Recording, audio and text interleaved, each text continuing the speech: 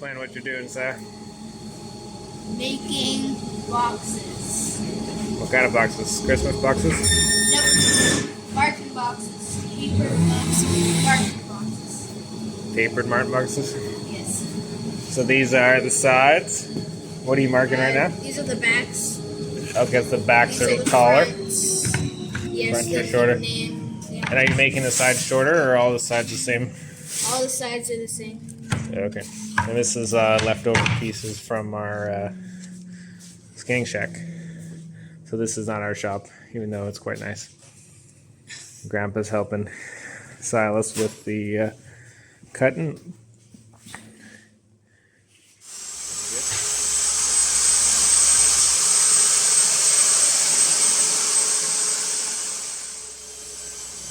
While they're working on Marten boxes, I'm working on this trailer. Is an old boat trailer.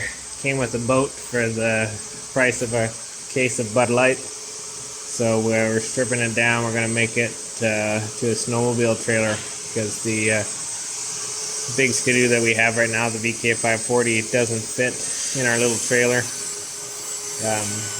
And then we're rehabilitating this skimmer. The skimmer got for 40 bucks at a government auction years and years ago, but it's all aluminum, quite well built. It's kind of mangled, seen some damage on the back end here, but it had some Teflon runners, just two here, but they were all broke off, so we're running it without, and the bottom of the sled was all dinged up, beat up, so we pounded out the dents, riveting this piece of puckboard on, sandwiched it at the front with some flat aluminum, and now we're going to put runners on it so it doesn't slide around back there, so it'll track straight. Now we've installed a full belly pan, put in these angle aluminum pieces as tracking fins. We never had anything before, and it would kind of slide around on the trail, especially on the side hill, which can really mess you up. And we're keeping this sled open because that's one we'll use to haul roadkill for coyote bait and elk, deer for hunting, whatever. You could even put a moose in this. It's pretty tough, and that way it won't skid off the trail, and because that'll slide out your whole snowmobile on a side hill in the bush. So hopefully that should work. A little nervous about how it's going to be on log crossings. We didn't really have a good way to cut these to a good angle in the front, but we'll see how it goes. It should be fine in deep snow. I'm just not sure how it's going to work on the road. Got these riveted on now. Notice they're not full length because crossing logs quite a bit, and those will dig into a soft log, so kind of want to get it up and on the log before we get too far. See, this hitch design has a shock and a swivel, so go all the way around, and it just fits in the end, so you can actually just reverse it, stick it on the other side. Not a bad idea if you get stuck, especially carrying a moose or elk or something, so you don't have to turn the sled around. So that's the finished product. These runners aren't full length for a couple of reasons. One is because they're crossing lots of logs, and I didn't want them to just dig in right away and make the snowmobile get stuck. This way, get it started before the runners hit the log. You don't really need much longer for tracking. The main point though is that the material was free, and I only wanted to use one piece instead of two. My dad got this from taking apart something somewhere, but yeah, so all in all we got maybe 50 bucks into this skimmer, and added probably under 10 pounds, but definitely over 5 pounds of weight to it. Still maybe only like 30 pounds this whole sled, so not bad at all for a heavy duty sled capable of pulling out elk, deer, moose, and a whole ton of trapping supplies. We have our big Condor sled, which I'll give a rundown on later, but this is the one we use behind the enticer because it's light and skinny, and we'll still carry quite a bit of stuff.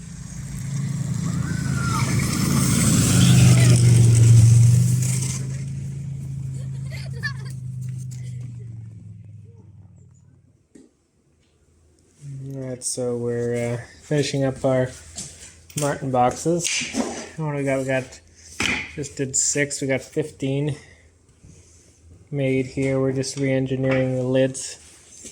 My dad had put some lids on which looked good, but the lids extended beyond the top of the box, which something didn't stack as well. So just going to shorten those up and using a finishing nail here at the top. So it just, and then we're going to have a mesh bait compartment right in there. So nothing complicated about it, but should work. This is leftover from the inside of our skinning shack. So this is just grabbing the last of our boxes. We should be able to make 22 boxes with everything we got. So we're pre-drilling them. Top, I don't have a bottom to show you, but in the bottom, so it just takes one nail each to quickly hang them in the tree, and then they'll be nice and stable. We got to put the bait compartments in yet, but try to remember to show you that. We're checking the home quarter, and fortunately, while we were Christmasing, this weasel box was getting robbed. Got weasel tracks all over. Links right there. And then our Marten box here. Weasel didn't go in or didn't get caught if it did. But we'll get him next time. Alright, what we got, Si? Coyote. Coyote? Yeah, I know it's a coyote. So which number is that now? 26. 26. Yeah, we got this on the home quarter. We're just checking here. I think I remember 1 or 2 videos ago saying we just reset even if there's a mess, and eventually it'll cool off, another one will come by, and sure enough, didn't even take a week. Caught another one here at this fence. So I think it's number 12, even dozen for the home quarter here. Nice, good shape.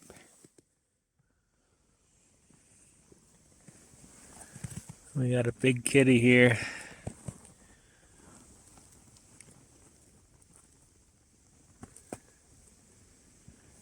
Checked out our old bait that we had over here, but didn't really commit. So now this is a spot that picked from Google Earth, actually. There's a little creek that crosses through some farmland here, and those end up being the travel corridors for these guys. So yeah, looks like a marten. Looks like you got a couple chunks out of them though. That stinks. The mice, it looks like they have made it up here. Alright. Yeah, the genetics here are different than out on the trap line. Don't quite have as brilliant as throat patches. But yeah, it looks like a nice male here. Adult. Probably. Yeah. You see the backside? Yeah, I was worried that it had got chewed, but I think just a couple pecks from a bird, so it's not too bad. That's why we like to make the sets invisible from the air. And we had used the cabin as cold storage, skinning shack cabin, for coyotes while we were away, and now we're heating her back up. Got a few marten thawing, a couple coyotes that we got a tan yet, because they're have a little bit of shoulder mites, so Not really worth selling these ones, but they're good to make hats and whatever out of. Now we're heading to check a different coyote line. Right, I was just about thinking we're gonna get skunked in this location, but not quite. Got ourselves weasel number 24, I think. So I was just getting the trap setters. We had lynx just haphazardly getting lucky and dodging our sets over there, so probably we'll get it next time. But at least we're heading home with something, so that's one coyote, one marten, and one weasel today. One of each. Question: how many coyotes fit in the back trunk of a Toyota Camry? Answer: I'm not sure, but at least 5. I think I could probably fit 10. Well, not frozen. I could fit 8 probably.